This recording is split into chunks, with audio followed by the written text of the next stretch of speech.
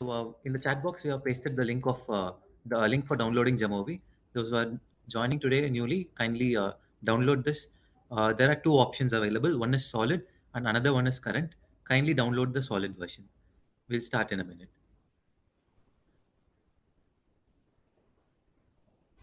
Okay. Team Planet, kindly start the session. So good afternoon and welcome to one and all. I'm Srishi, the assigned moderator from Planet.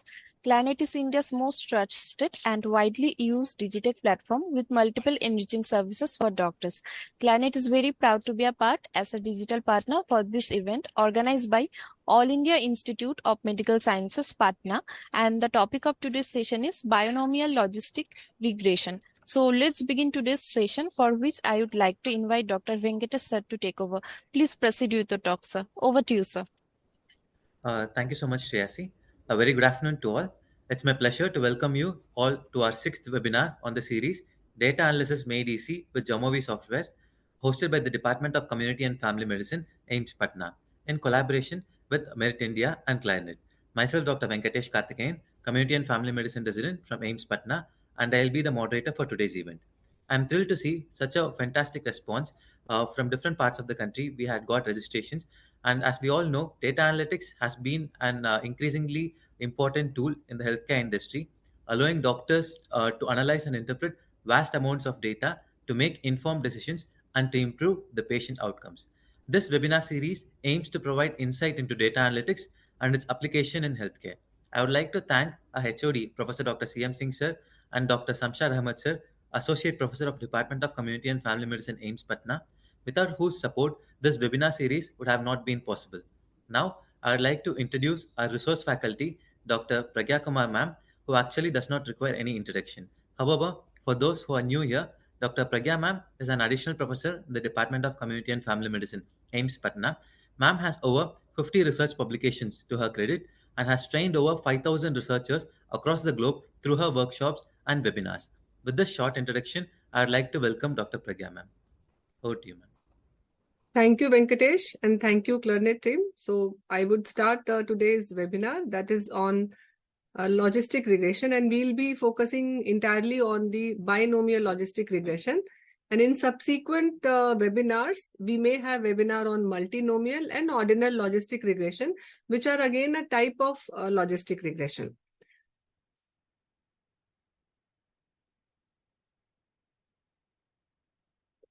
So let's begin this webinar with the example, and we all request you to put your idea or comments in the chat box.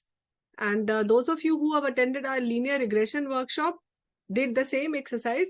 But for those of you who could not, just to exemplify the difference between the linear and logistic, this example is being placed. So you can see here there are two columns. So there is a distance in one column, which is the distance in kilometer, and in the second column it's the taxi fare. So if you see this data, for 1 kilometer the fare is 100, for 2 kilometer it is 110, for 3 it is 120, and so on. So based on these 5 data set, can you make a formula to predict taxi fare from this data set? Like if you have these 5 observations and you have to make a model or prediction, how are you going to proceed? So all of you please try at least once. What will be the formula? Can we see the chat box? I think it's everyone. Okay. So maybe I am not seeing messages. Maybe there is some issue. So let's go ahead. If you see this, the taxi fare can be predicted using the formula 90 plus 10 into distance traveled. And if you see here, if you multiply this distance traveled with 3, which is the 3 kilometer here, so 90 plus 10 into 3, it will be 120. Similarly, if you come to this 5, so 90 plus 10 into 5 will be the 140 kilometer.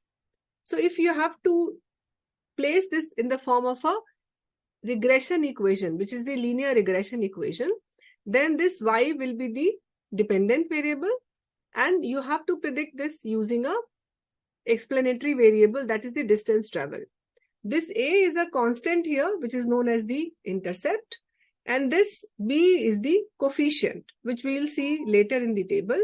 And this coefficient, when you multiply this coefficient with this independent variable, you get the value of dependent variable. So with the help of this equation, we can predict the taxi fare for 5-kilometer distance travel.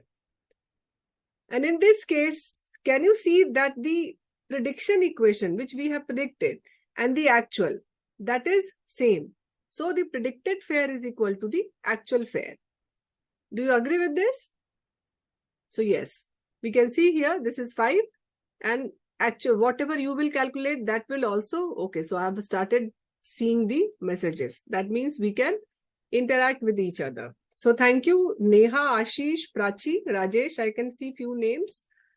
And then if you go ahead, again, we can make this equation in the form of this linear equation, which is the y is equal to a plus bx. And this is a simple linear regression equation where we plot a line of best fit. Actually, when we announced this webinar, we thought that we should have done the linear regression before this logistic regression. But since we made an announcement, that's why we thought maybe we'll do this linear regression next as a next webinar, because if you understand this linear regression concept of logistic becomes a little easier. But again, that's why I have included few concepts of linear regression here also. And this is one example where this linear regression equation, you try to form a regression equation and it gives you a line of best fit. And what do I mean by line of best fit? That means the residual. Yes, Dr. Rajesh, I will be explaining the difference between the logistic and linear regression. That's why just hold on for a few minutes and then you will be able to understand. So here y. So y was what? It was the taxi fare. So if I ask from you people, taxi fare is a which type of variable? Is it a continuous variable or is it a categorical variable? Yes, can you write in the chat box? With the same example, if I have to predict the taxi fare using the kilometer traveled. So taxi fare, yes, it is a continuous. So since it is a continuous, whenever the dependent variable, in this case, which is the taxi fare, is a continuous in nature, we call it as a linear regression. And if there is a one explanatory variable, like in this case, there's only distance traveled. So if there is a one variable, we call it as a simple linear regression.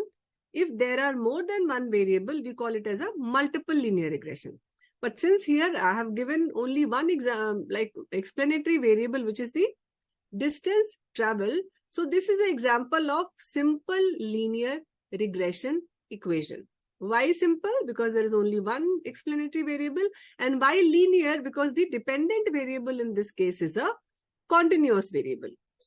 So we'll go ahead and we'll understand how this logistic is different from linear. Now let's change the value of data in our previous example. So in the previous example, you saw that there was a definite pattern. But here if you see, for 1 kilometer, it is 96 rupees. For 2 kilometer, it is 112. For 3 kilometer, 123. For 5, it is 170 and 2, it is 106. So by seeing this data, it is not possible for me to derive an equation. Volume. Okay, so you are asking me to increase the volume. So let me check the setting. Mic check, mic check. Is it okay, Venkatesh, now? Yes, ma'am. Yes, ma'am. I mean, it is.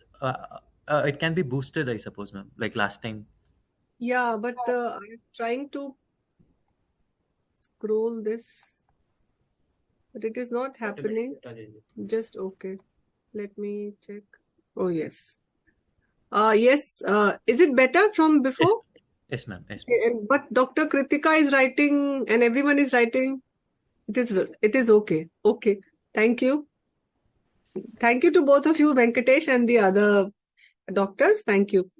So you can see here that this formula, now it is difficult for me to derive a formula for this because I'm not very good at maths. So I cannot make a formula. I'll have to use a software.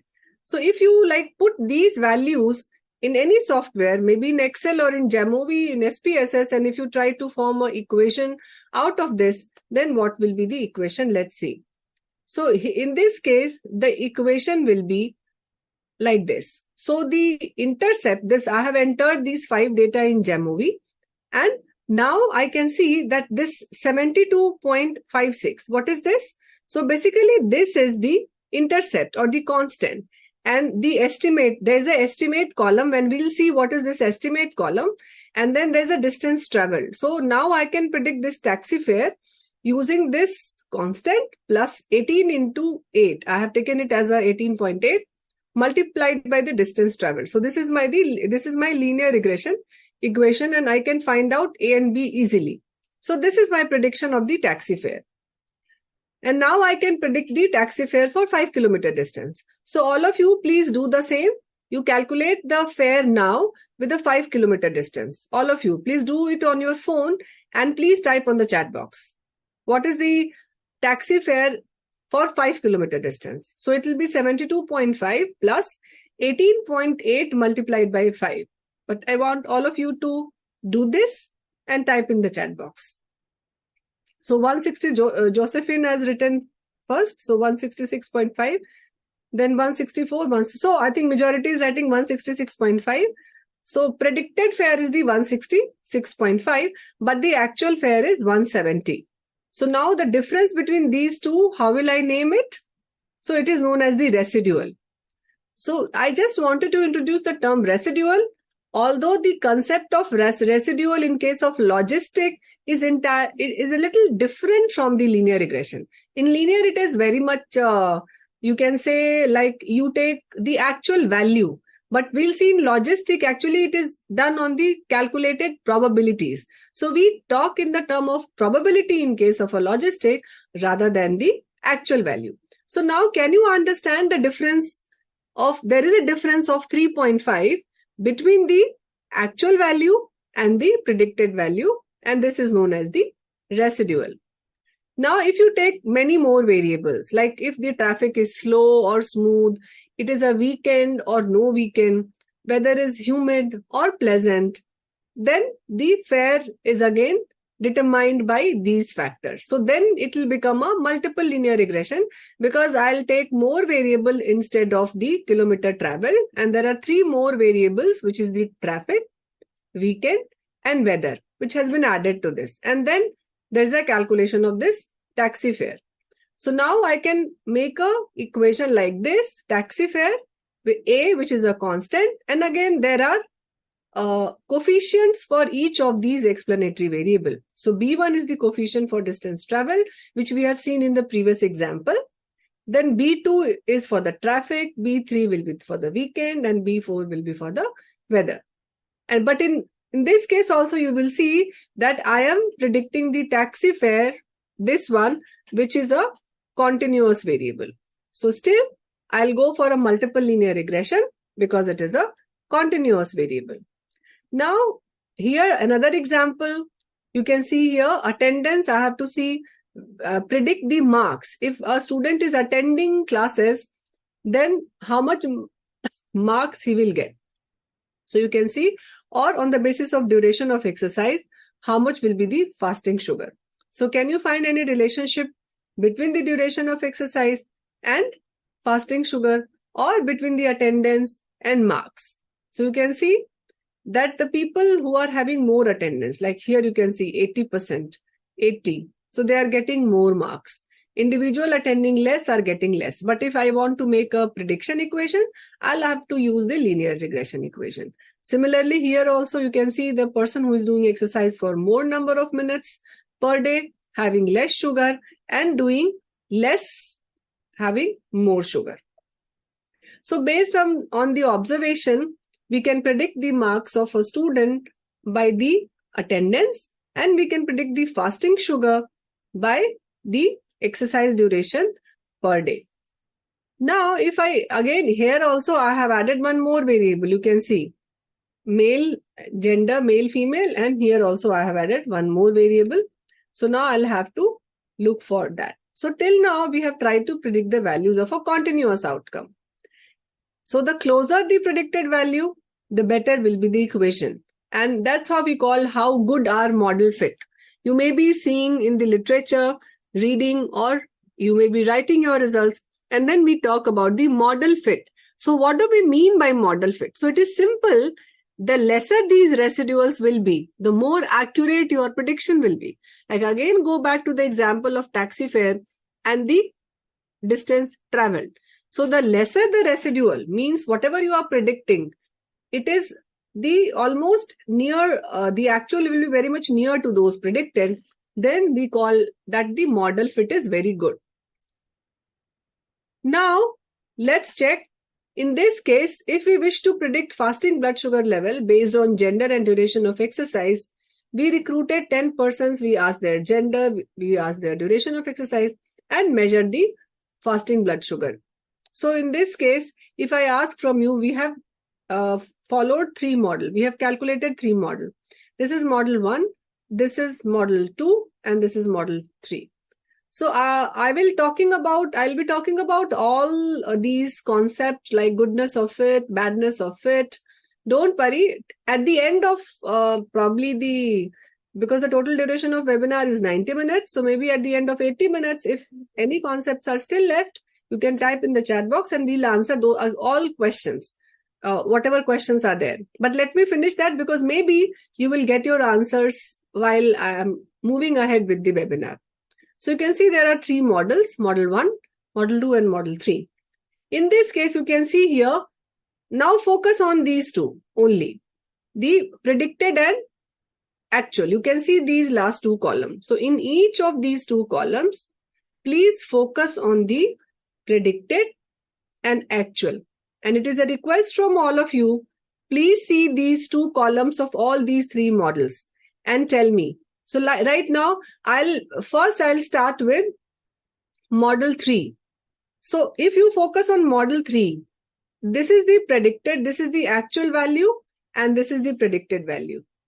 So can you see what is the residual in this case? Can you all see and tell me in case of model 3?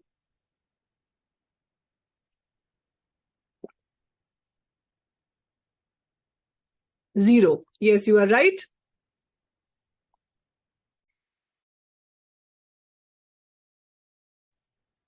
Yes. So in practical, is it possible? So yeah, if you see, this is not possible at all, this third case. Now coming to model 2. So if you come to model 2, what is your idea? This actual and predicted. This is 96 and this is 130. This is 132 and 90. So there is a huge difference between actual and predicted. So if this is the case,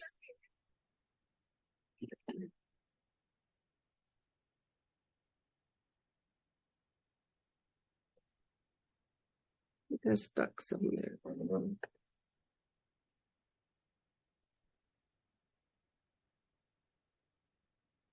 Why these slides are not moving ahead?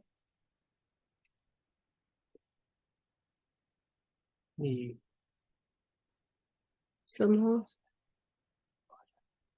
Oh, yes, now it is okay. Yeah, thank you. So you will see here that this model 3 is ideal, but it is not practical. In this case, yes, Jatin, Prachi, Rajesh, they have written, in case of a model 2, the residual is very high. So the best model is the model 1. You are right. So for linear equation, there are certain assumptions which are required. And we know that there is an assumption of linearity. So yes, you are right. Model 1 appears practical. And then if you come about for the assumptions, so all these modeling, before we model any variable, it is very important to check for the assumptions, because if the assumptions are not met, it is not going to be accurate. Your model is not going to be accurate. So one of the assumptions of this linear regression model is the assumption of linearity. Means if I have to plot this linear regression equation between the duration of exercise and fasting blood sugar, then when I plot this scatter plot, the relationship should be linear. Similarly, there are other options like residuals, which you have seen that they should also follow. normal distribution. So now if we complicate this scenario further, now instead of this fasting blood sugar, you can see here, initially I have used this example of fasting blood sugar. But now instead of fasting blood sugar, I have taken one categorical, this thing which is the diabetic foot. So you can see here my variable is the presence or the absence of diabetic foot. And here also out of 100 marks, I have categorized these variables as the students who passed or who did not pass. So now my dependent variable is a categorical variable. That means I want to predict the diabetic foot in a patient on the basis of the duration of exercise and gender. Or I want to predict the marks of whether the student will pass or not on the basis of the attendance of the student and the gender of student. So now how this is different from the previous example? Yes, all of you please write something in the chat box so that I can see that you are listening. So Bilal has typed the last one. So Hardik Kumar is writing discrete data. Sovnik is writing outcome is categorical. Prashant is writing outcome is binomial.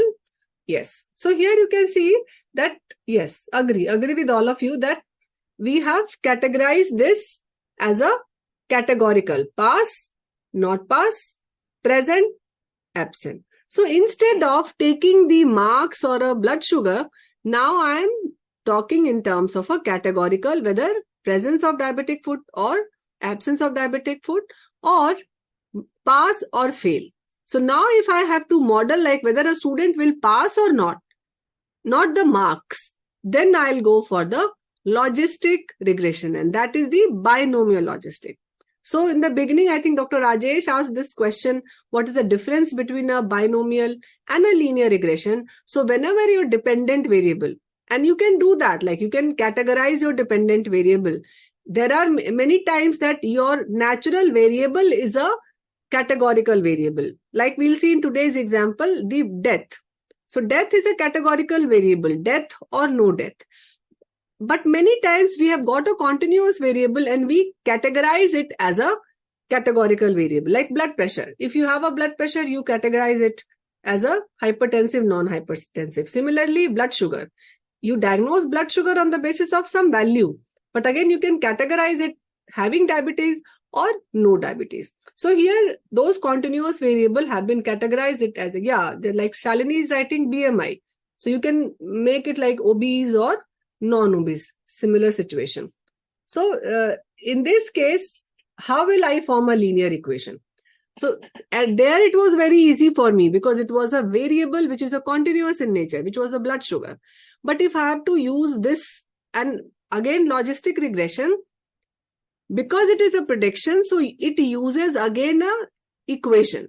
Remember, all predictions, right now we are concentrating on the linear and logistic, but there are many other predictions, and there you will find like quadratic equation, the square, and all those forms are also used. We are not going into those detail, but whatever prediction, if you are making a model, there will be an equation of that model. So now if I have to fit that logistic regression model into linear regression, how will I fit? So I will write, if I want a linear equation, so I will write whether diabetic foot yes or no, and then I will write A, which is the constant or intercept, plus B1 into gender, plus B2 into duration of exercise. Do you agree with this? Like writing of this? Yes, Prachi, we'll come to that possibility. You are right.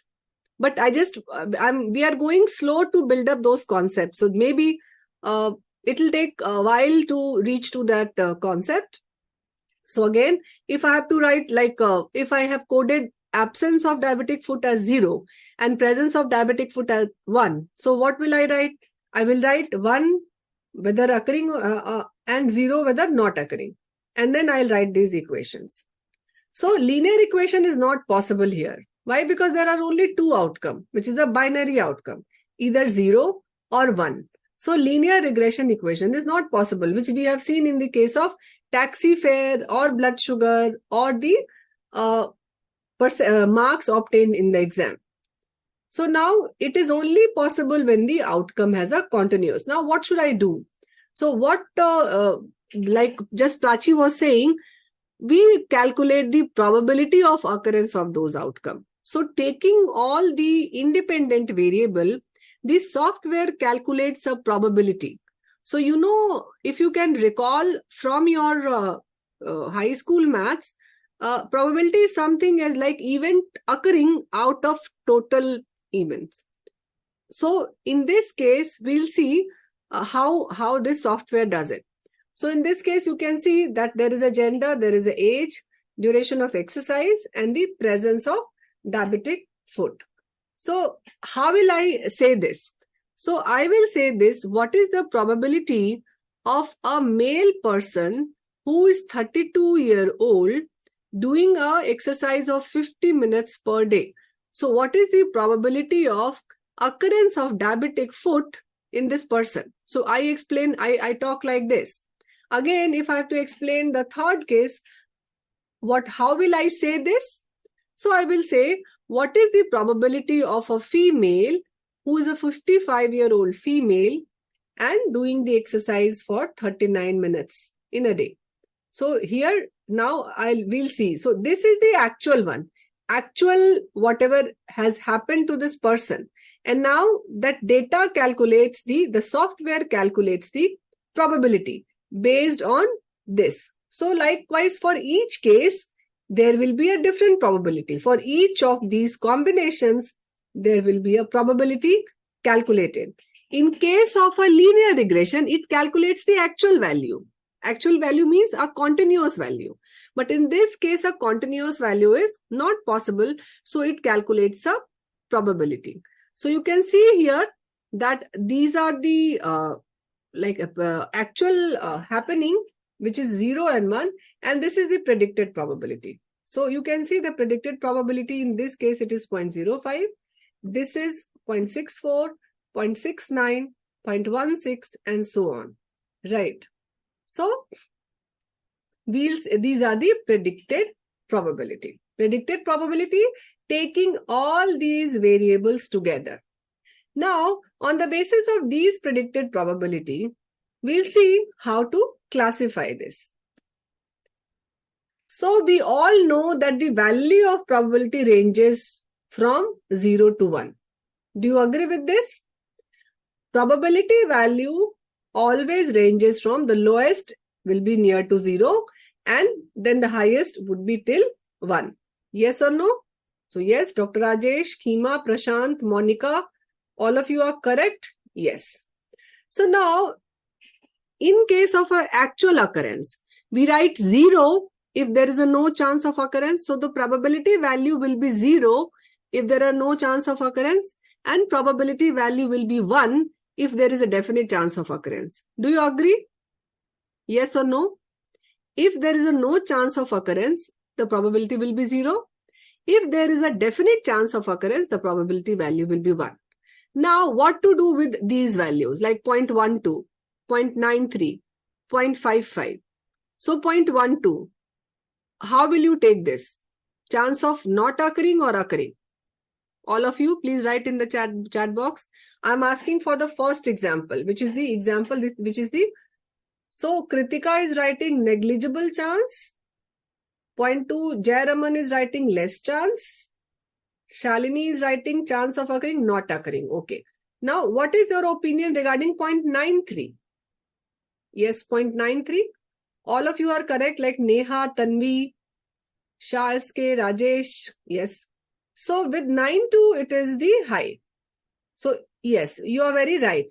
But now what to do with this 0.55, which is in the middle. So 0.55 is the middle value. What to do with that? Yes, you were right. Moderate. I know. Surobhit Nayak is writing. Agree. Swapnil is also writing. Equivocal. Kanhaiya. Prashant. Shabnam. Moderate. Okay. Moderate chance. Yes. So 0.12, you are right. You have perfectly answered these three questions. Nearly no chance in case of a 0.12. 0.93, yes, nearly definite chance of occurrence of outcome. And now coming to 0.55. Now 55 is difficult to decide. And it should not be, Rajesh is writing, should not it be plus 2 SD outlier? We'll see, Dr. Rajesh, how to decide for that. Ultimately, you can decide for a cutoff, but how this software decides. So basically, how to resolve this dilemma if the values are in the middle, because then we are not sure how to do that. So we need to set some rule for this. So there is a rule which the software decides, and then he has given you also the option to decide. So generally, if you want to increase or decrease your cutoff, you can do that, but the software decides it at the value more than equal to 0.5, the outcome has occurred. And if the probability value is less than 0.5, then the outcome has not occurred. So have you understood? Either whether it is a software or it is a JAMOVI or any software. In the background calculation, the software calculates the probability, and if the value of this probability is less than 0.5, then he takes it, the software, it takes it as the outcome not occurred. If the value of probability is more than equal to, even if it is equal to 0.5 or more than 0.5, then we say that the outcome has occurred. But again, in both SPSS and JAMOVI, there is an option when you can change this cutoff. And we will see later, you can have this area under the curve because we plot, you can check the sensitivity and specificity of model. So by changing the cutoff, like we do for a ROC analysis, you can see the diagnostic accuracy of your model also. We will see these concepts once we see the data set and perform the hands-on. So here, the software decides on the basis of 0.5. Less than 0.5, outcome has not occurred.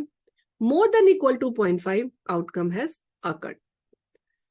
So now, we have now understood that this software calculates the probability, and on the basis of probability, it gives the outcome as the outcome happened or not happened. But many of you who have done the logistic regression before, don't you ever feel surprised, or did you ever question to yourself that how come this odds ratio is coming into the picture? How come this odds ratio is coming into the picture into logistic regression, whereas in linear regression, we actually don't talk about it at all. So now we'll see how come this concept of odds, or the name, we call it as a logistic regression. If you see the spelling, it is LOGIT, logistic. So we'll see there is a link function which is known as the logit. And it uses this link function to meet certain assumptions. And we'll see how it uses that. So in the previous question, we have seen the probability. So now you can, instead of this diabetic foot yes and no, you can write that probability of diabetic foot, because now what I did, I have converted a categorical variable into a continuous variable. Do you agree with this or not? So now things are easy for me, isn't it? If instead of this diabetic foot yes and no, now can I write this probability of diabetic foot is equal to this equation? So Samarendra, Tokveer, and I can see a few more people answering yes. Prachi, Pradeep, Shabnam, Neha. Yes, you all are right. So now I can write probability. And then there is something which is a continuous, because probability will range from 0 to 1. And that's why I have, instead of that category, I have got some probability. But still there is a problem with probability, because probability, what is the rule? It can never go beyond 1 and it can never be less than 0. But if you remember that linear equation, for linearity, you need values which should go from -infinity to +infinity. If you restrict these values, then the linear assumptions will not be satisfied. Because for this equation, the linearity assumption, where we find that the scatter plot between the two variables should be there. Yes, gender is there, but maybe for independent variable, generally we take linearity equation if there is a continuous variable as one of your independent variable. If there are only categorical variable in your logistic regression as an independent variable, then you may not need to like put the assumptions of linearity, which we check here as one of the assumptions. We'll see that.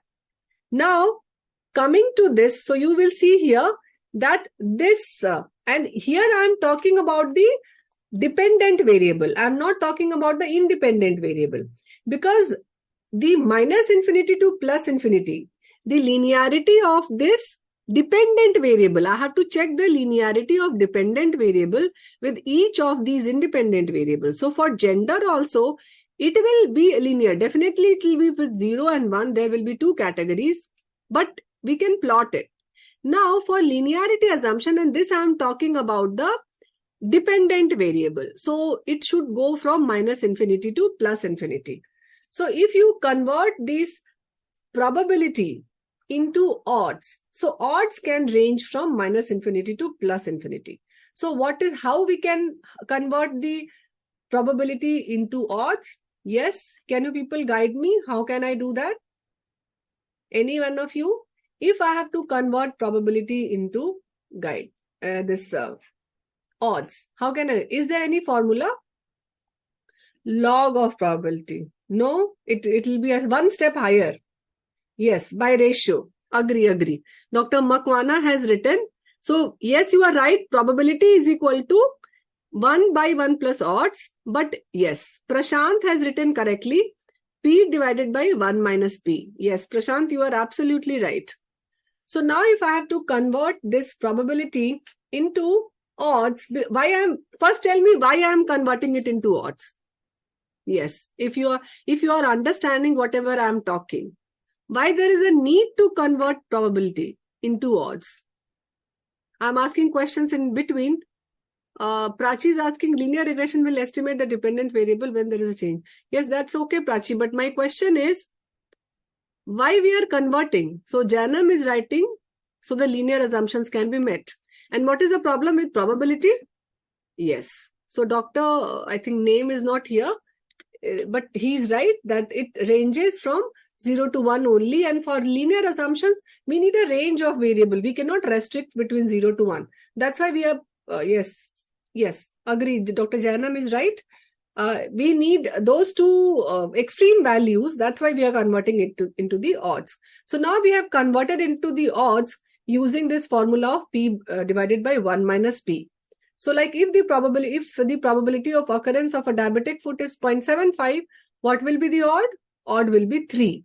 So you can see that odds is now going beyond 1. So there is a range of value of odds, and you can see that. So this, you all can do that in Excel or in this software also. It gives you the predicted probability, and we can calculate the predicted odds. So this is the predicted probability, which is 0.055, and this is the calculated predicted odds. We'll see how to calculate this based on the formula P divided by 1 minus P. And now you can see that there is a value, there is a odds ratio, which is 25 also here in this case. And there is a odds ratio, which is less than 0, which is the, no, here it's not less, but it can go like less than 0 also, minus infinity to. So it can range from 0 to infinity. Because you will see odds ratio can never be negative. Odds, not odds ratio. Odds will not go less than 0. But again, we need a value. We should go less than 0 also. So for that, we are taking this function. And also we'll see that this is not symmetrical. How is that? We'll see. So here you can see this is the predicted odds. So we can have a linear equation. Now, instead of probability, what I have written? I have written odds of diabetic foot is equal to, this will be a constant, and this will be again those three variables. So now you have seen that in the dependent variable, initially we have kept a category, but we have seen that this is not possible. So we have converted into something known as a continuous, which is the probability. But again, there was a problem of probability because it cannot go more than 1. So for more than one issue, we have calculated odds. But again, that problem of 0 is existing. And again, there is a problem of odds, and we'll see that is not symmetrical. So what do we understand by symmetrical? So if I ask you this question, the odds of diabetic foot among male is 2 times higher than female. Then what will be the odds of diabetic foot among female? How do we do that? Generally, what we do 1 divided by odds of male. So 1 divided by 2 will be 0.5 times lower than the male. Similarly, if I ask you a question, if the odds of diabetic foot among male is 3 times higher than the female, then can we say that the odds of diabetic foot among female is 0.33 times lower than male? Am I making sense to all of you? Are you getting this?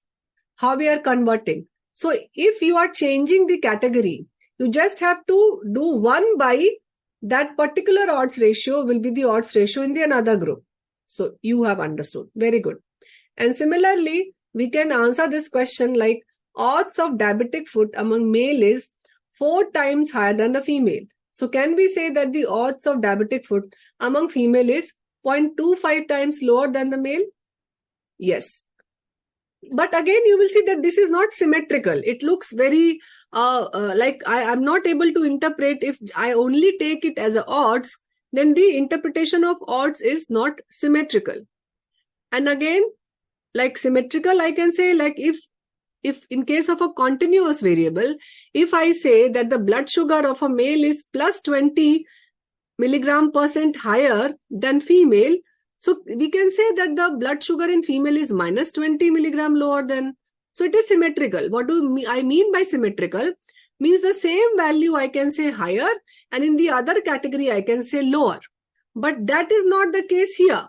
Here if you say higher in terms of odd, then the lower is not the same. It's different. So Prashanta is writing how to change the odds of dependent variable. So it is only if you change the category, like if I say if you take the reference category here in case of a first example, that odds of male is 2 times higher than female. If you take the reference category as a male, then you do 1 by 2. You take that as a denominator. 1 by that particular odds ratio will give you the odds ratio if you change the category. Prashant, am I making sense? Did you understand? Like in case of this case, Pradeep is writing yes, but Dr. Rajesh is writing no. So this is a simple rule. If you change the category, your odds will be like 1 by that particular odds ratio which is there in the other category. You can calculate it and you can see it. It actually comes because the reference category changes. So that's why. So for now, you just remember it like this. You can go back and try calculating with any 2 by 2 table. If you change the category, your odds ratio will be like 1 by that particular value in the other category. So in this case, you can see, so this is not symmetrical. So now if you take a logit, because now I can see that this is the problem. Dr. Rajesh is writing, I meant for the other example. Okay. So, but what is the problem with the asymmetrical distribution of odds ratio around 0? So you will see here that if your study reported that odds of diabetic foot among male is 4 times higher than female, then I'll have to interpret that the odds of diabetic foot among female is 0.25 times lower than the male. So I'll have 2 equations. I'll have one equation for a diabetic foot male, and I'll have one equation for a diabetic foot female. So this will answer your question. Like here I am taking female as a reference, and here I am taking male as a reference. So here you will get 2 coefficients, one as 4 and one as a 2.25. If I am taking only as a odds. But I need only one equation for prediction because I cannot have these many equations for prediction. So if you take a natural log of this odds, then your 2 problems will be solved. By taking a natural log of this odds, you will have a minus infinity value and you will have a symmetry. So you will have only one equation.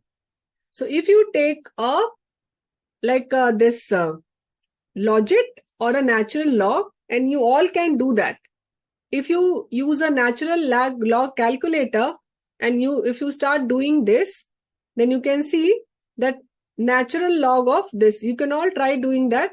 What will be the natural log of 4? Yes, all of you please do that. What will be the natural log of 4? Or natural log of 0.25. So if you calculate that, if you use a calculator, you can do that. It will be 1.38. If you take female as a gender, and if you take the male as a reference, then it will be minus 1.38. So if you see that it has become now symmetrical. So that's why, yes, Parimita is writing 1.38. And again, Karishma is also writing 1.38. And if you take for 0.25, do it for 4 and 0.25 for both the values. Then you will see for one value it comes as a plus, and for the other value it has come as a minus. But the value is same. It is only the change of sign. Yes, we have calculated it, and it comes like this. So Asra, Paramita, Karishma, yes, agree. So now you have understood that if you take a natural log of odds, which is the logit, and this logit function is the link function which we were talking initially. So now I can replace that with the logit y is equal to logit b into x, and similarly all logit. So now it will be symmetrical. So let's again revise this, why we have taken a logit function and why it is being explained as an odds ratio. Because linear regression is not possible with the dichotomous outcome. So we have calculated a probability. But when we calculate probability, it restricts the values at two extremes. So we have converted it into the odds. But odds has got one problem, that it is not symmetrical. And the other problem, it cannot go till minus negative. So we have converted odds, which is known as the logit function, log of odds. And this resolves the issue of asymmetric around 0. And then we have got a linear equation. So this is one where we will calculate this in JAMOVI also. Don't worry. I'll show you. So this is the probability. This is odds, which is P divided by 1 minus P. And when you take the log of this, it will give you the logit function. So now you can see, if you focus on this here. So if you see this 1 or 0. So around 0, this is your 0.41, this is your 41, but again with a negative sign. So similarly, you can see there is a symmetry. And this symmetry helps you to have a linear equation. So that's why we have converted. Here you will see there is no symmetry, but here there is a symmetry. So now if you may ask, how does this software calculates? Yes, Dr. Muhammad, if we are doing logistic regression, because logistic we are only categorizing the outcome. So how software does it? We need a linear equation for this prediction. So that's why it functions on the basis of that equation. But so we can fit our data on this equation. In background, it is calculating. That's why you will see the odds ratio as an output of logistic regression. Whereas you will not see an odds ratio in case of a linear regression.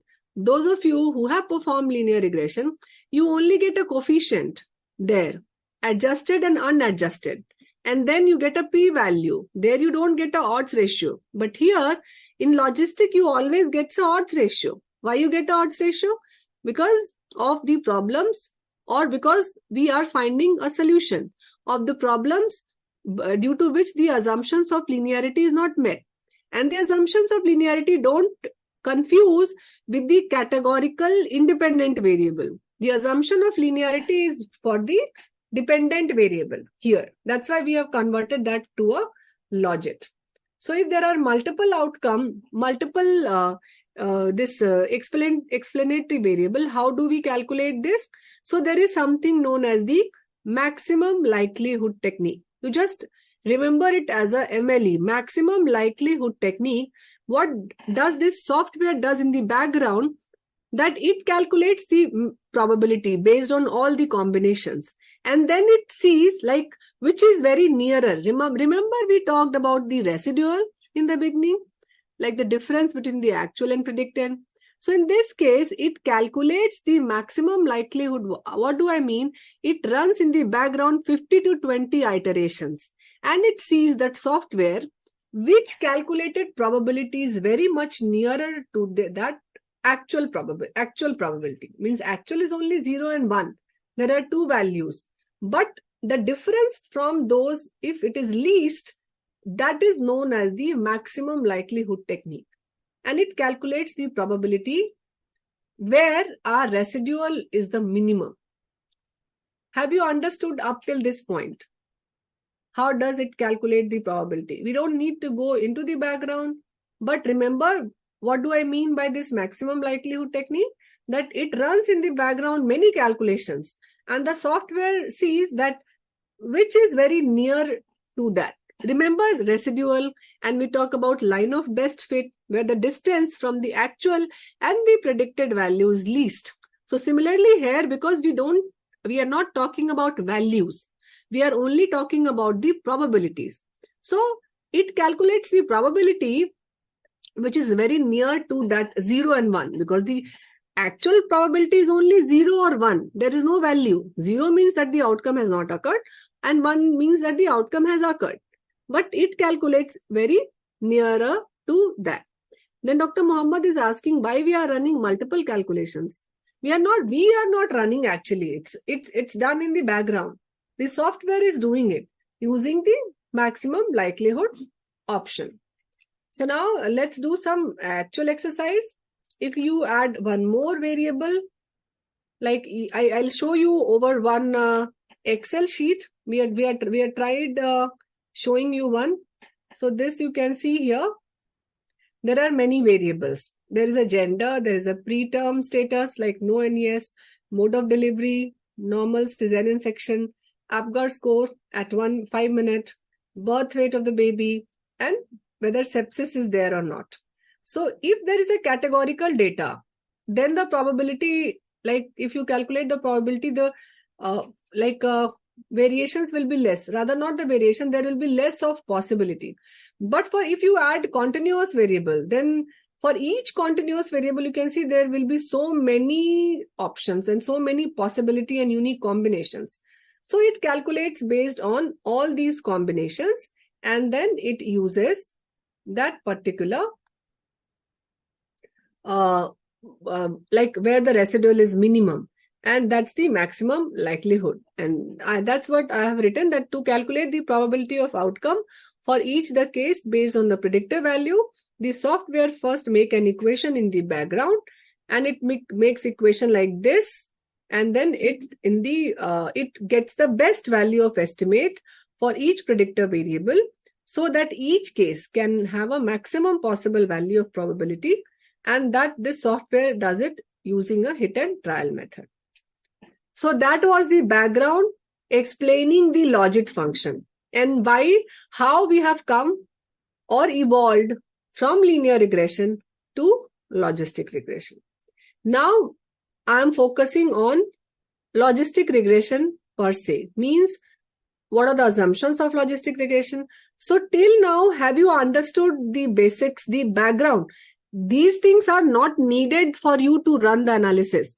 You will run the analysis, you will get the output, you will interpret it. But if you have that understanding in the background of how we have, like how this logistic is different from the linear, then maybe when you are writing and when you are analyzing your data, it will be like you will make more sense and you will try inferring more sense out of your data. So this variable is like those of you who are finding it difficult or maybe not able to understand, you can again, because these materials will be available with you, video and the PowerPoint. So you can again go back and try seeing it 2-3 times maybe. And once we cover the linear regression, maybe again if you go back and do it, then you will find it easier. So coming to the two types of variable which we use in the logistic regression, the response variable is also known as the dependent variable or the outcome variable, and the independent variable is also known as the explanatory variable or the predictor variable. So these are the terms, and with the help of the fewest predictor variable, if you want to predict whether an admitted newborn will get a sepsis, so again sepsis, yes or no, whether a family will fully immunize the child, full immunization status achieved or not, whether a mother will exclusively breastfeed her baby, breastfeeding, yes or no, whether a pregnant woman will have preeclampsia, yes or no, whether a patient will comply to treatment, whether a student will pass, or etc. These are all categorical outcomes which we are predicting. But there is a problem, because if there are many predictor variables, how to decide which predictor variable? So in case of a linear regression also, this question came like how to decide which predictor variable to take. So the first criteria is the clinical judgment. The second criteria is the value of p-value. So if you run unadjusted odds, we'll see what is the difference between the unadjusted and adjusted. And based on that p-value, you take that variable.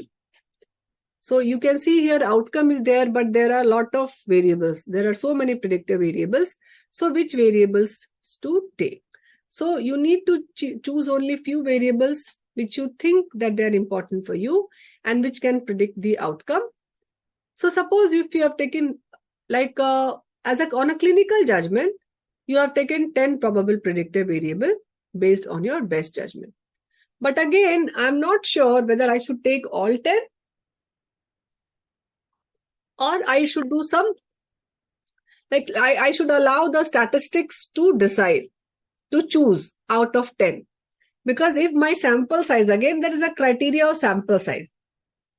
In case of a logistic, you want for each predictor variable, there should be at least 15 to 20 outcome, which has happened.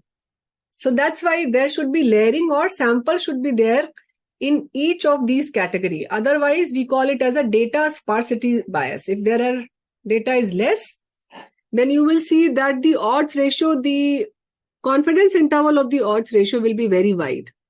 So that's why at least 15 to 20 sample means outcome sample should be there per variable. So if there are 5 variables in my data, at least I should have 100 outcome. And if your sample is so adequate, then only you can take these many variables. So suppose in that I need to do a univariable analysis where I will take dependent variable and then for each independent variable I will take separately. And this is known as the univariable analysis. And then I will see the p-value. So I select only those variables where the p-value comes till 0.2. So that is the cutoff which we decide for the logistic regression. The same is there for the linear also. And why we take up till 0.2? Because there are chances that with adjusted and with a presence of the other variable, this 0.2 may become significant. And we'll see that. So the predictor variable, if it is a categorical variable, or it is a continuous variable. So which type of difficulty I might face? So yes, I might face like in this case, if you go by the chi-square, then for chi-square, yes, you are right.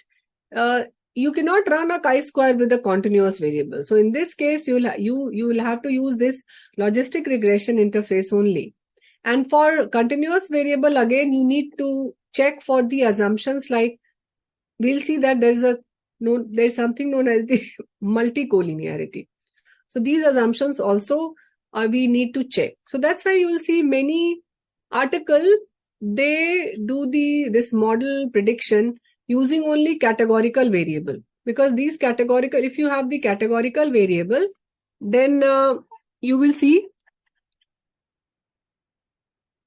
that like a categorical variable, your interpretation will also be easy, and you can say that you need not to check few assumptions which you check in case of a continuous variable.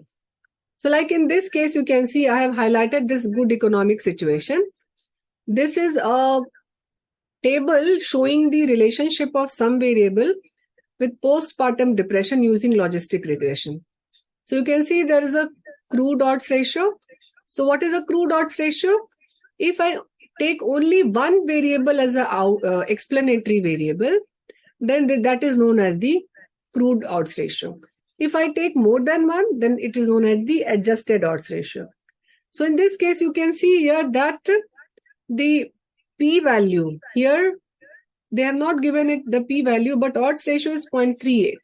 But when I have taken it in the adjusted, the odds ratio has improved to 7.48. So that's why we recommend taking those variables where the unadjusted, the odds of unadjusted, the p-value is up till 0.2. So now I have selected some predictor variable for logistic regression, and then so which OR we will tell you, Tanveer, we'll tell you how to do that. I've still not come to the analysis part. So we generally either you give both odds ratio and we take adjusted odds ratio for deciding, but why do we do then unadjusted? You can ask this question. Yes, Tanveer? If we use adjusted odds ratio for interpretation, then why there is a need for doing that unadjusted analysis? Yes, any one of you can type in the chat box.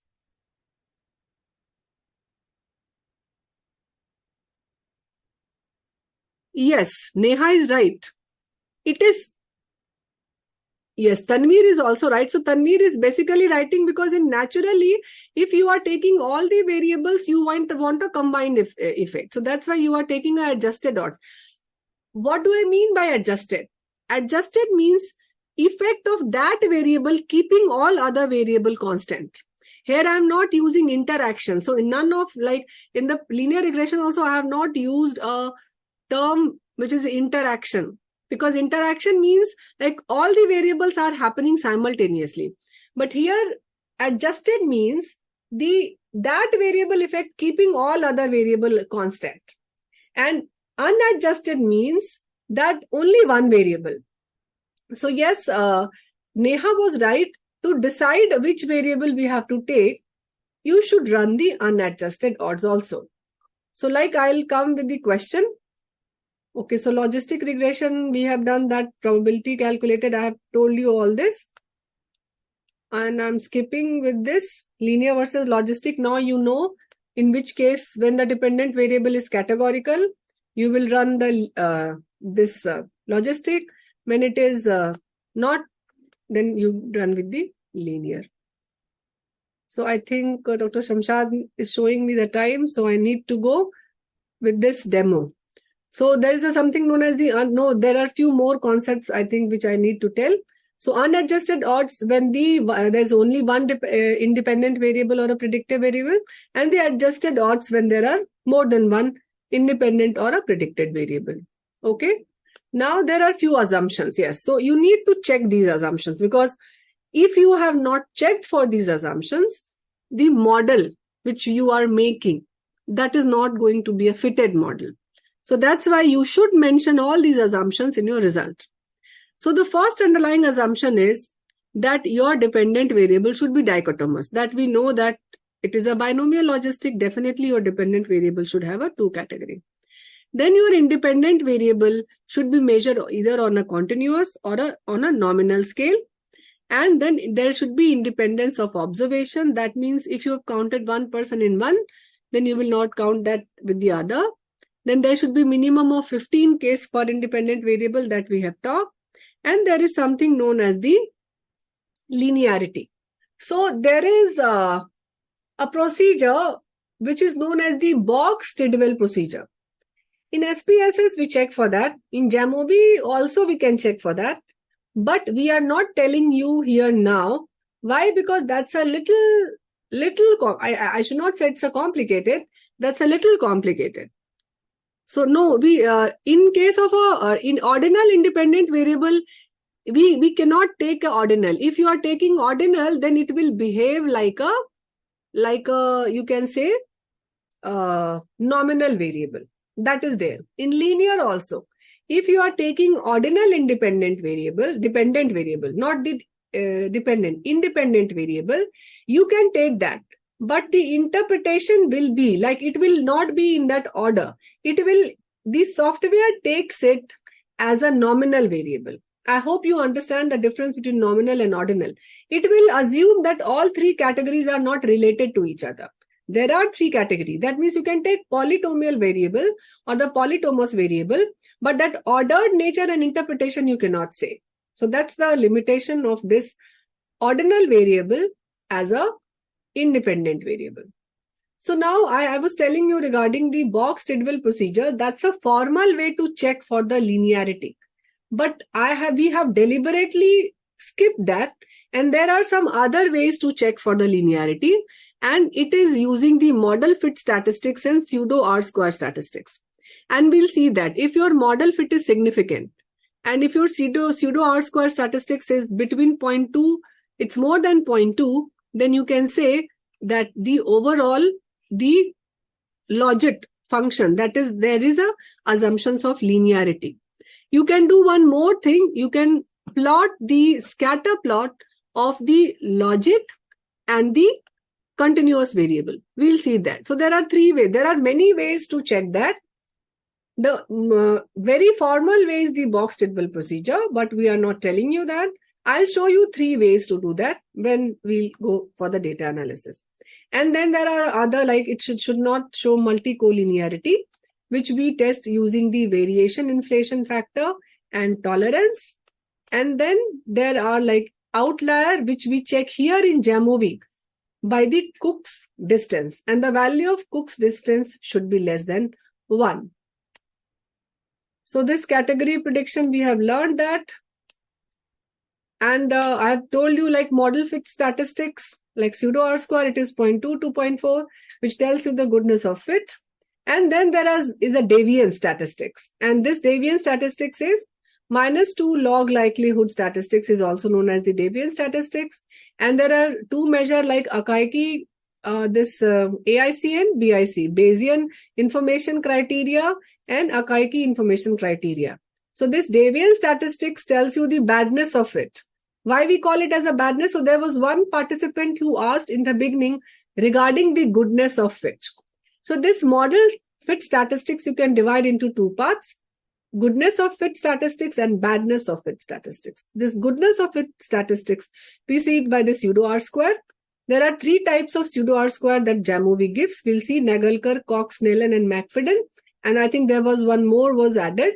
And then there's a deviance statistics, which is the AIC and BIC. So we want this AIC and BIC to be very less. The less these values, the more good will be the model.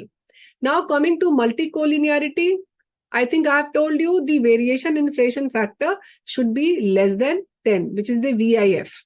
Then you can say that it is not collinear, means if there are two continuous variable and there are independent, then there may be a chance that they two are very much linearly associated with each other. So if that is the case, then you can remove one variable. You can have one continuous variable. So I'm not going into this detail because then I think I'm skipping this and I'm directly now going to the data analysis. So I'll show you. This I have told you that VIF should be less than 10. And this Cook's distance is also for checking of the highly influential point. So if there are highly influential point, it will distract your model. The model fit will not be very good. So it should be less than 1. So again, to summarize, the continuous variable, the independent variable should be dependent variable should be binary. An independent variable, it can have a nominal or a continuous in nature. And then again, we checked for that linearity assumption. We check it for the model fit statistics. Then we check for the Cook's distance. The Cook's distance should be less than 1. And then we check for the multicollinearity with the variation inflation factor. So these are the assumptions. And this we'll use this calculator net for using that exponent. So this exponent which comes as a table, if you take the statistics, if you take exponent of that, you will get the odds ratio. We'll see that. So before I show you the demonstrate with the actual data set and question, the next, usually we conduct these webinars on second Tuesday. But this time, because of some other engagements, we are not possible to do it on the second Tuesday. So we'll conduct it on the first Tuesday, which is on the 3rd October from 2 to 3:30. And the topic will be the linear regression. Because ideally we should have done this before, but now we'll do this after this logistic. So the question which I have to solve, the model which I have to make, I have to make a prediction for the death using age, gender, race, cardiovascular disease status.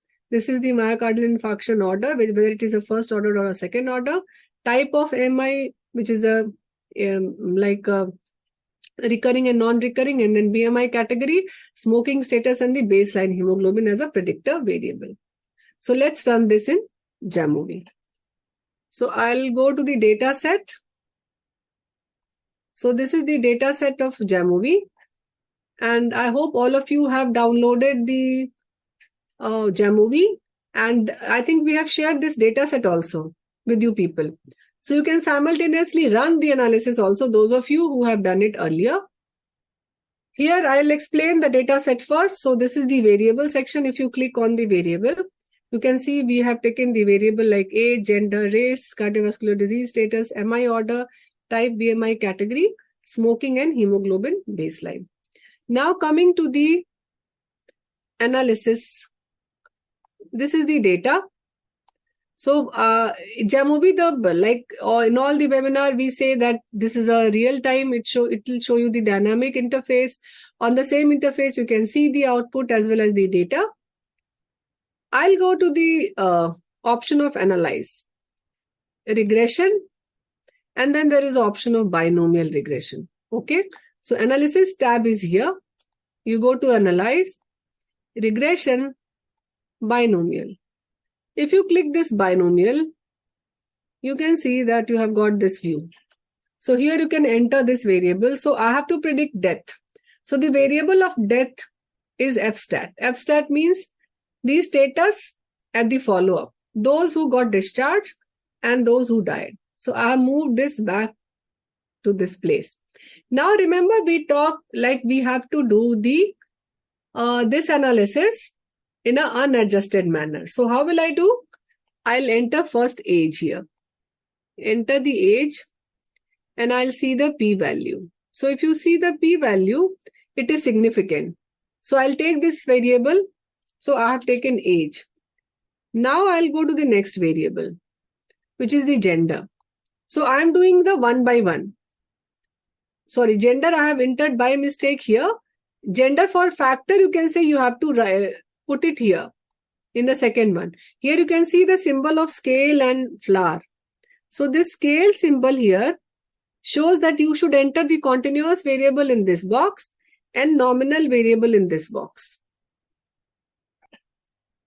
So now gender you can see the p-value is 0.03. This one. You have to see the value of this p of 0.03. So yes, I will take gender because it is also less than 0.2. Then I'll move this back to this window and I'll take race. Race again I'll take here.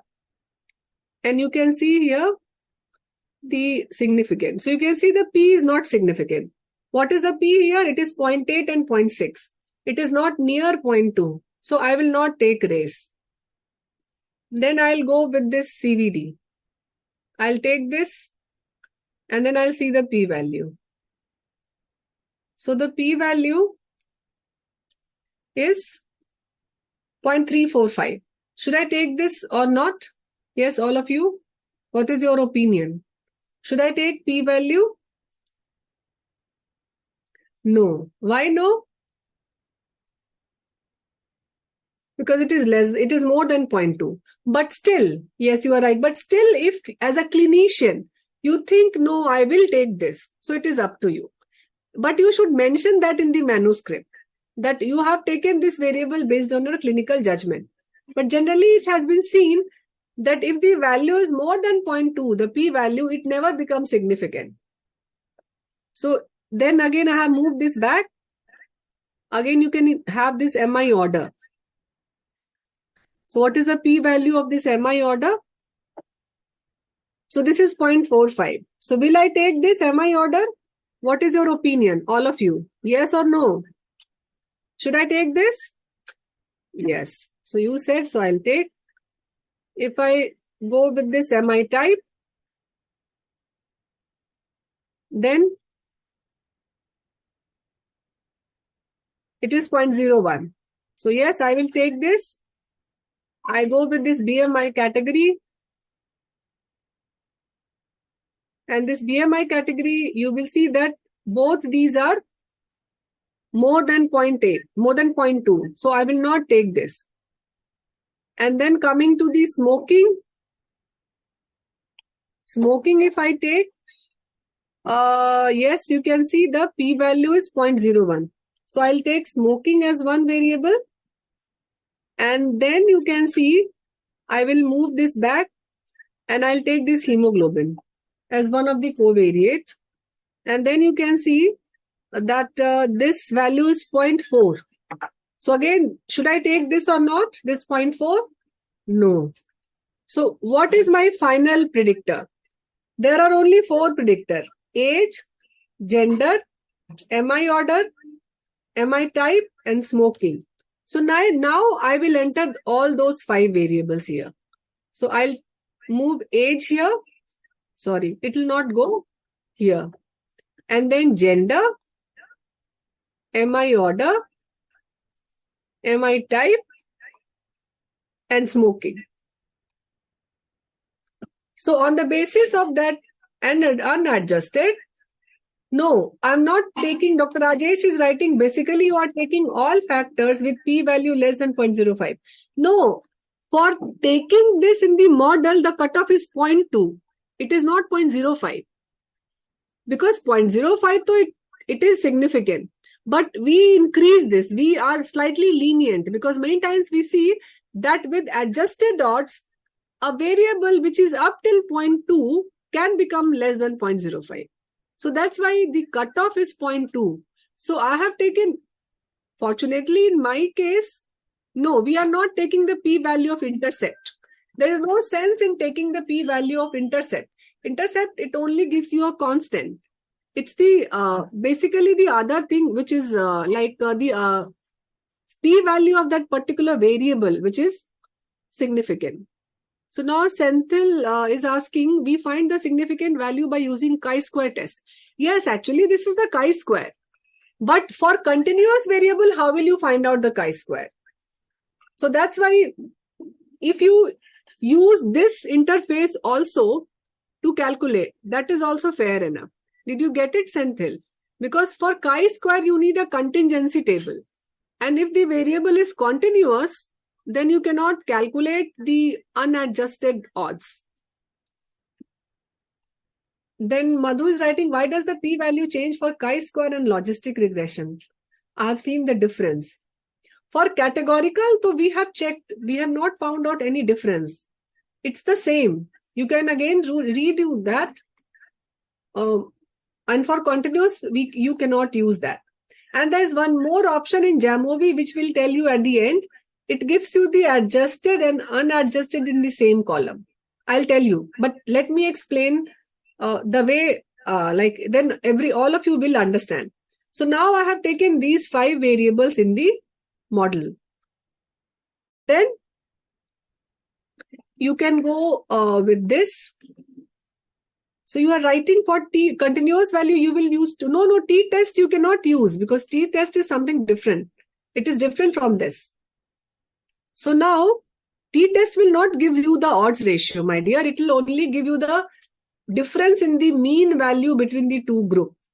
So now coming to the model builder, I'm not using this model builder because model builder is an option when you go for the hierarchical.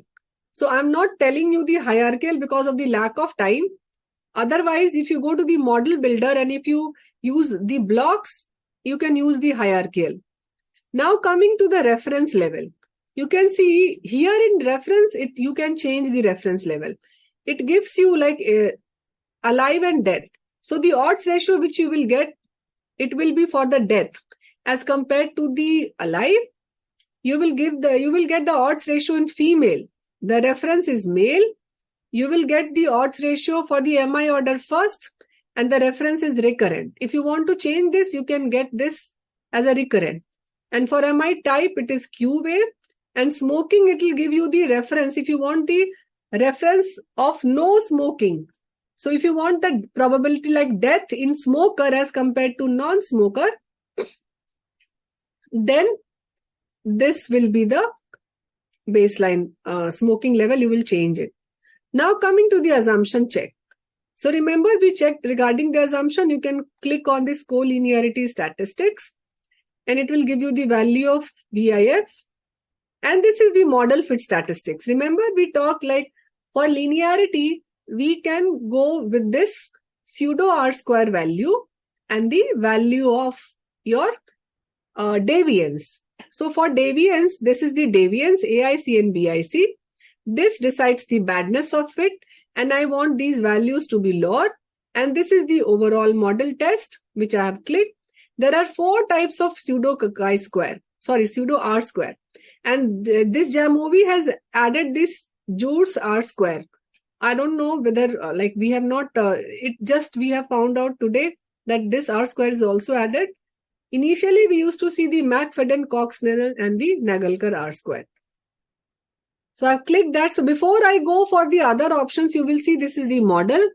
This is the deviance. So what do we mean by 217? Maybe you can click, best is the Nagelkar R-square. So if I uncheck that, you will find that only one R-square.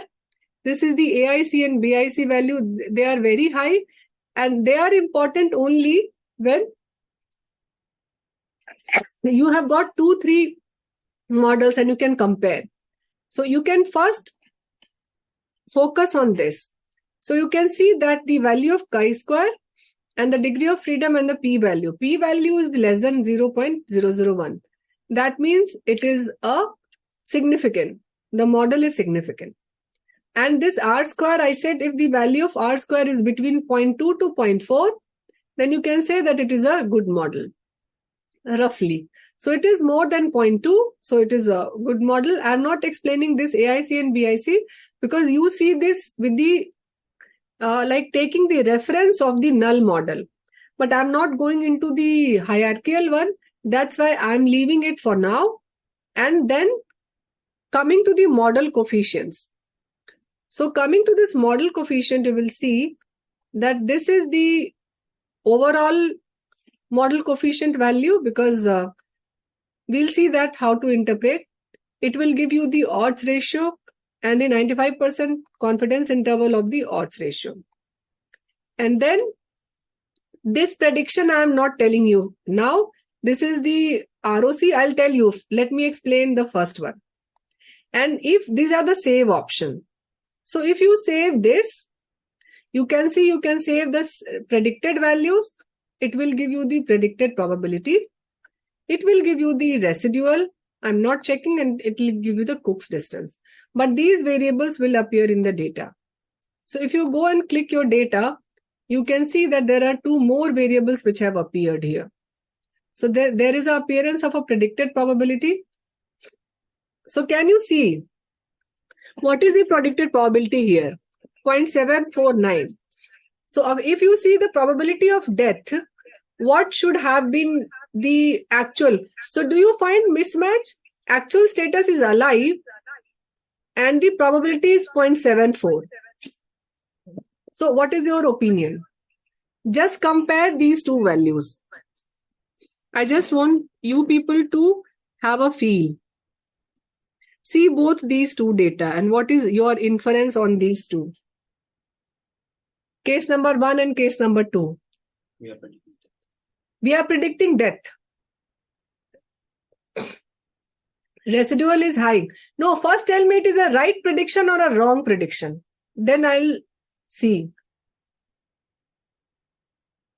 So first one, case 1 wrong. Agree? Because according to the predicted probability, this person should have died. And case 2, it is the right prediction. Why? Because it is 0.2. So remember, we have taken a cutoff of 0.5. Any probability less than 0.5, we'll say that outcome has not happened. And here the outcome is death. So probability 0.5 or more than 0.5 should have been died, and probability 0.5 or less than 0.5 should be alive. So similarly, you can check the other pairs also. You can see there are many here. In this case, it is alive, again 0.516. This one, but that is not very high. So all alive you can see in this case also. See this case, both alive, but both have got a probability of 0.769. Yes, so 18, you are right. So this is how you can check. Now remember we talked about the Cook's distance. So you can see the Cook's distance here, and you can see here that none of the value is more than 1. So that means there is no data point which is outlier. So that you have checked for the assumptions. Now remember, we talked about the odds and probability. So this was the probability, predicted probability. How I can convert it into the odds? So there is an option in JAMOVI. I just want to show one more option, which is the checking of linearity. Why this logit function has come, which we have learned in the theory. So there is an option of compute. So if you go to compute, I use this option of compute. There are many variables which was created less.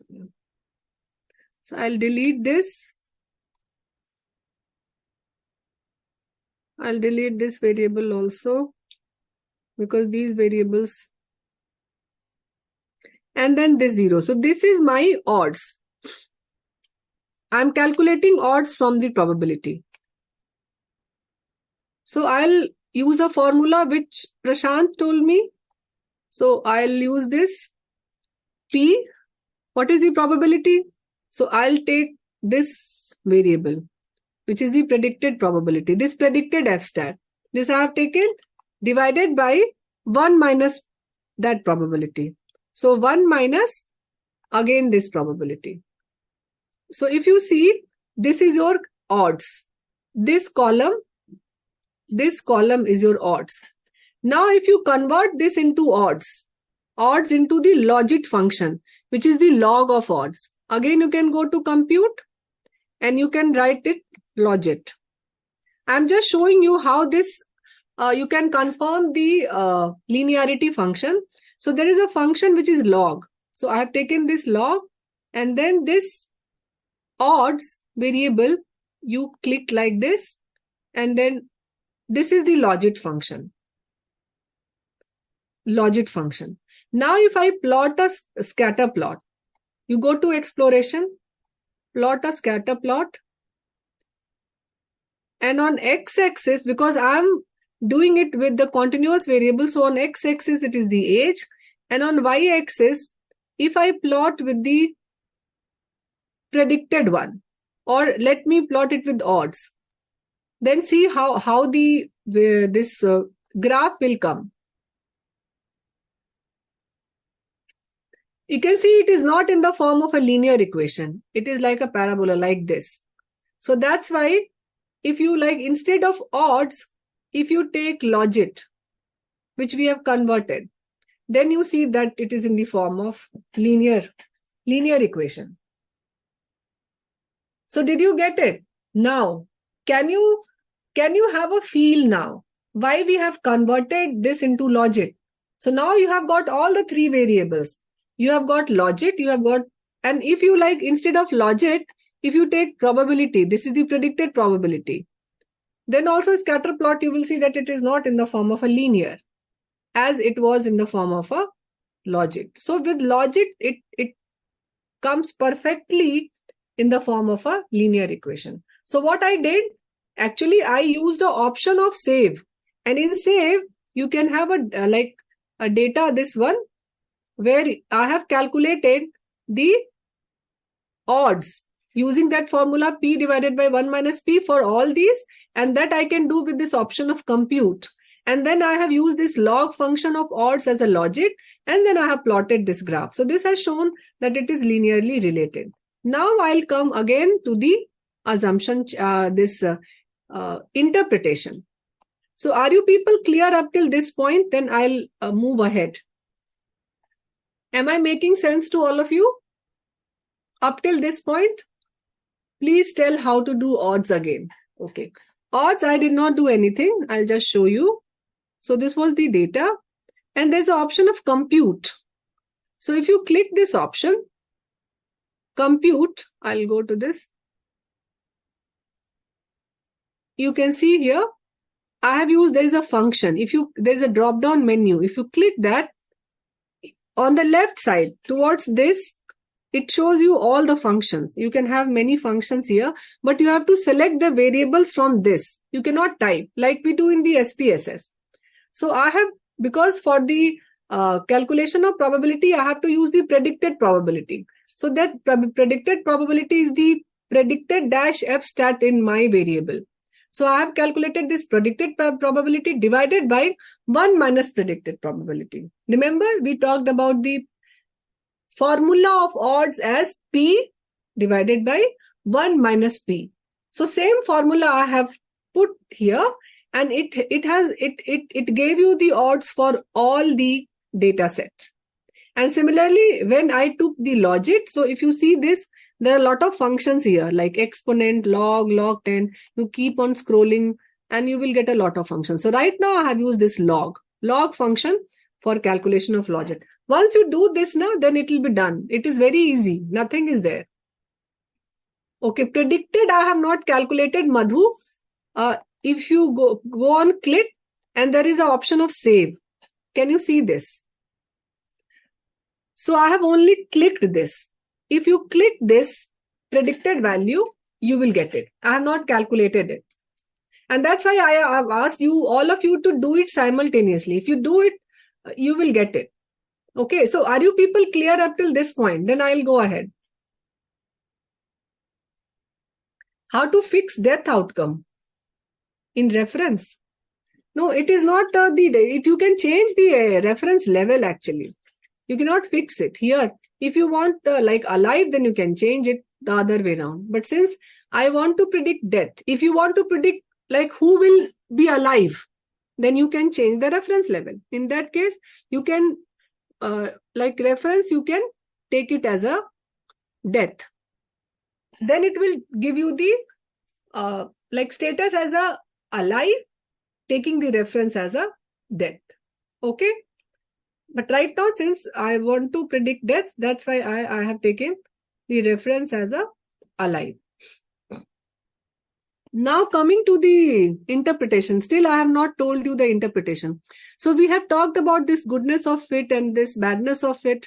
And then this is a likelihood test ratio. So likelihood test ratios also tells you the overall value, like which variable is significant. So you can see here, it will tell you that age and gender was significant.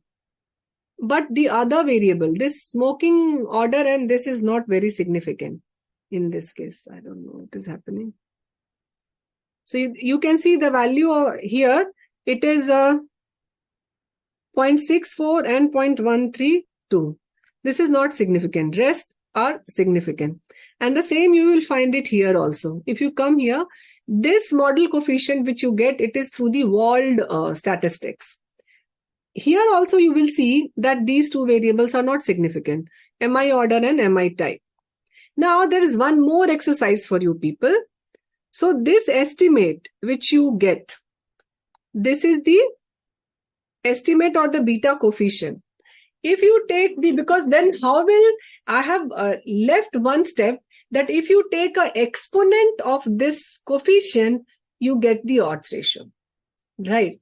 So there is an exponent calculator, and if you use that, you will get the odds ratio. So it's let me show you, all of you please do that.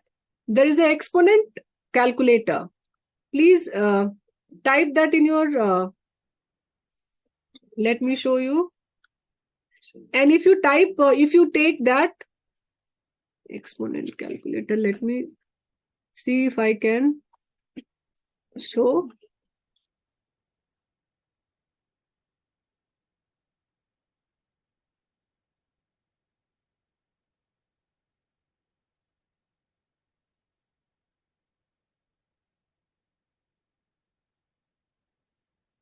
We can, let me.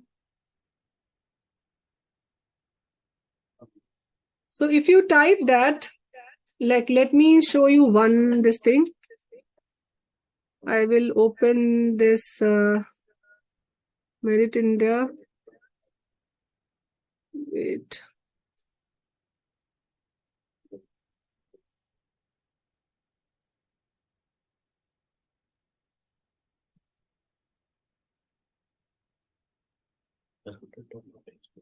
No, it is not. Just a sec.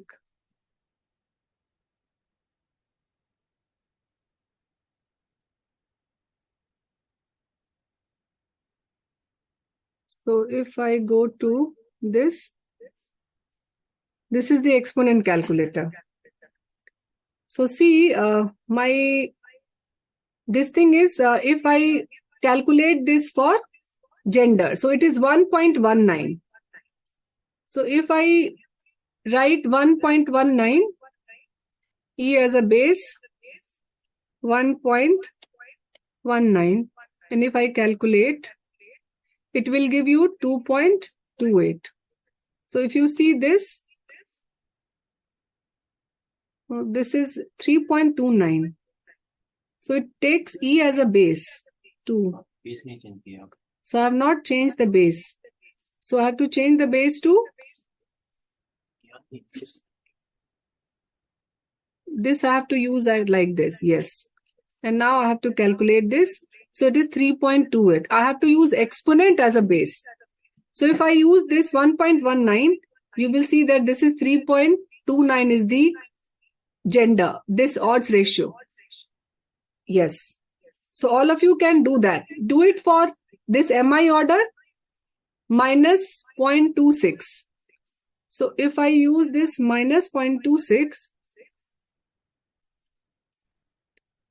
minus 0.26, and if you calculate 0.77, and you can see it is 0.77, this one. So basically this estimate, which you can, yes, which you can see here in this column, exponent of this is the odds ratio, because we have taken the logic, and if you take a exponent of logic, it gives you the interpretation as odds ratio. Again, you convert it back. So that's why exponent of this is interpreted as odds ratio. Now, how to interpret this odds ratio? So there is a continuous independent variable and there is a categorical independent variable. So interpretation would be different for each.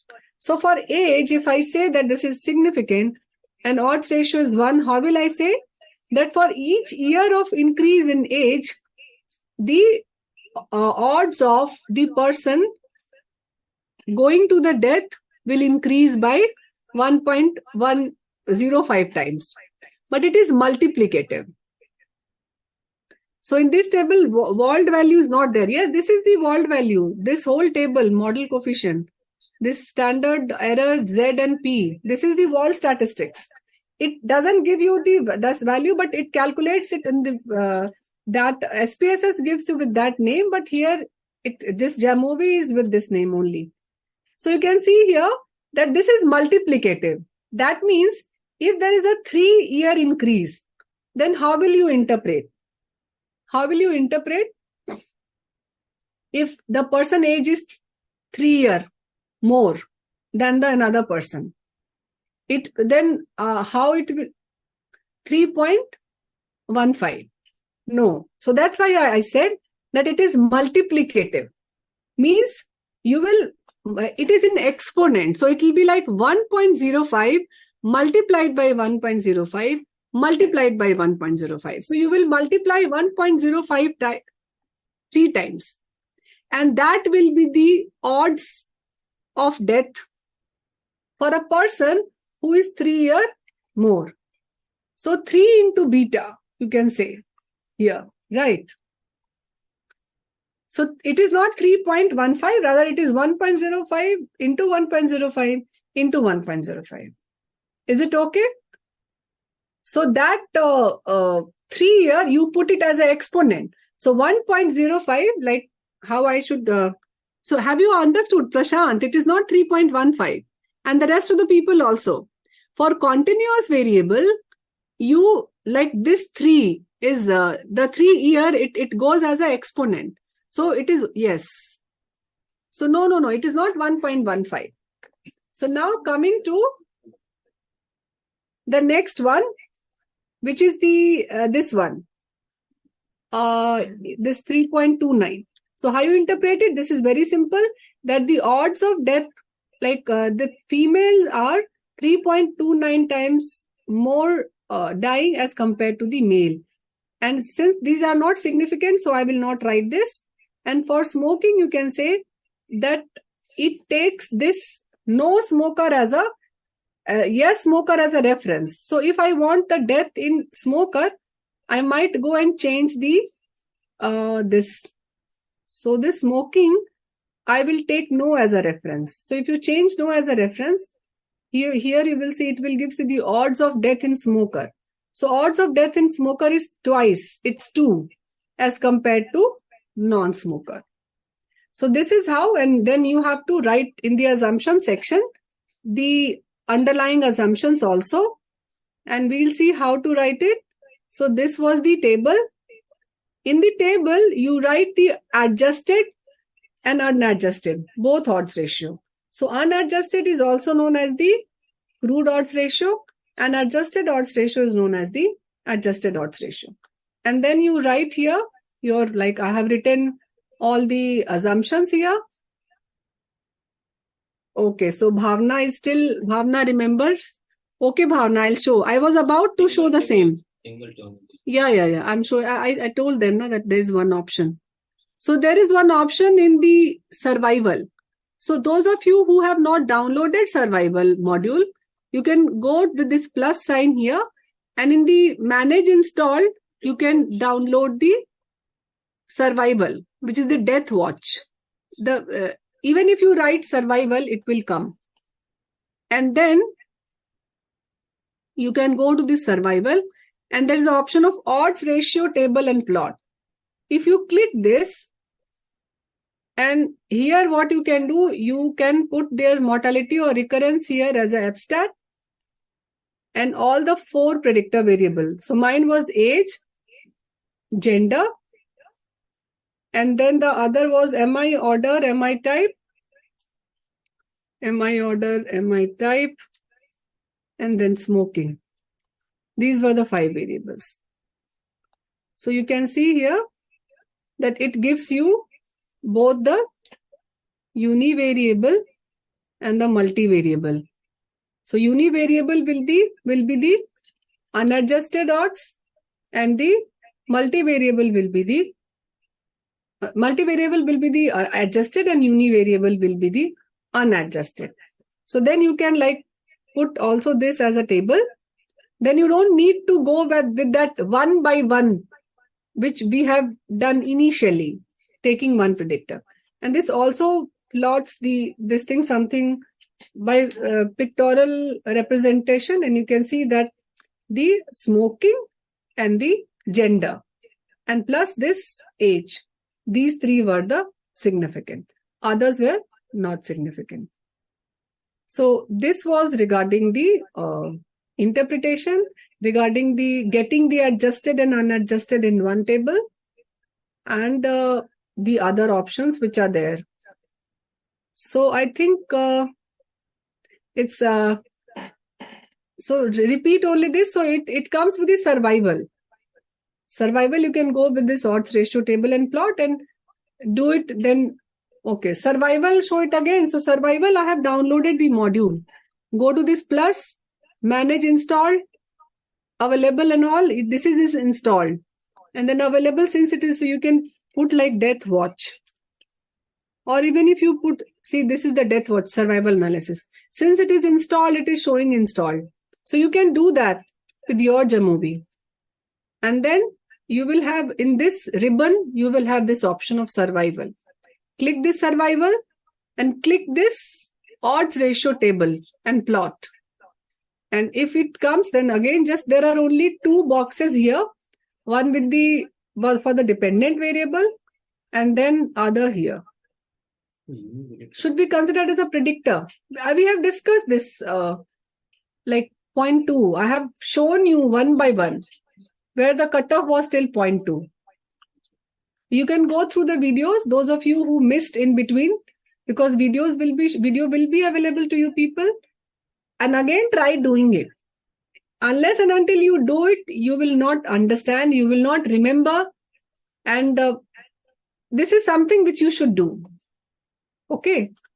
So I think we can end here at this level. Yes, it will be available to all of you. And the next webinar is on 3rd. So, Thank you. Thank you, ma'am. Thanks a lot for the wonderful session. I hope all our participants had benefited out of today's webinar. We'll be sharing the e-certificates and resource materials to your registered email ID in a week's time. As ma'am said, our next webinar will be on October 3rd, not the Tuesday this time. It'll be on the 1st,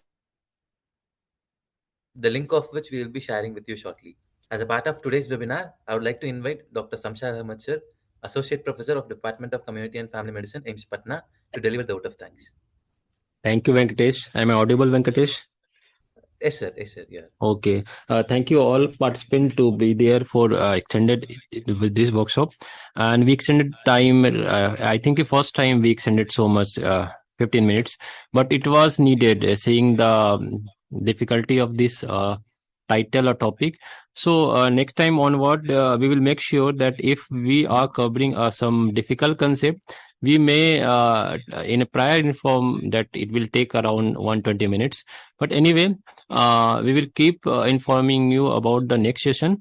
And earlier we did the basic sessions on JAMOVI, but in next successive sessions like October, November, December, we will touch the higher concept like multinomial, ordinal logistic, and survival.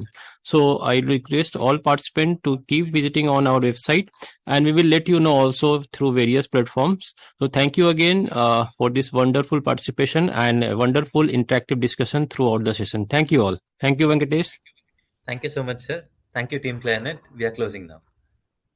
Thank you so much. Thank you so much, everyone, for giving us the opportunity to host this session. And we hope to have you again on our platform very soon. Thank you. Thank you so much.